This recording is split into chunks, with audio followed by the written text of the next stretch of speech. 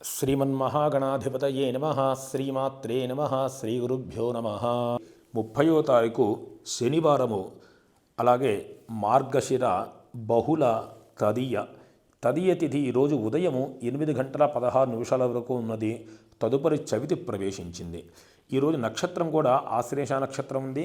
ఆశ్లేష నక్షత్రం రాత్రంతా ఉండి మొర్నాడు అంటే తెల్లవారితే 31వ తారీఖు అనగా 4:43 వరకు కూడా ఆశ్లేష ఉంది. తదుపరి మఖ ప్రవేశిస్తుంది. మరియు ఈరోజు కాలము రాహుకాలము 9 గంటల నుంచి 10:30 వరకు రాహుకాలం ఉన్నది ఉదయకాలంలో.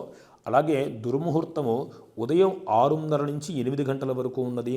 అలాగే పునః మరొక మారు దుర్ముహూర్త సమయాల్లో మధ్యాహ్నం 1:30 నుంచి 3 గంటల వరకు కూడా దుర్ముహూర్తం ఉన్నది.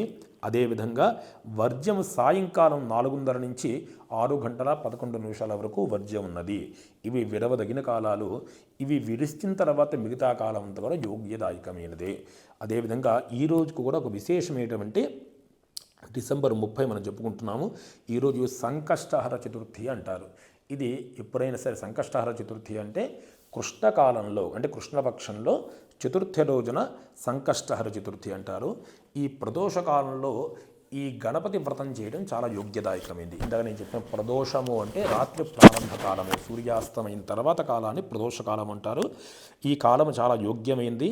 అందులో గణపతి యొక్క ఆరాధన చాలా విశేషమైంది. ఆ పేరులోనే ఉంది కష్టములు నివారించగలిగిన సంకష్ట హర చతుర్థి. వాడిని హరించేవాడు, హరించే స్వరూపంగా గణపతిని ఈరోజు ఆరాధిస్తారు. ఇది శుభదాయకమైంది.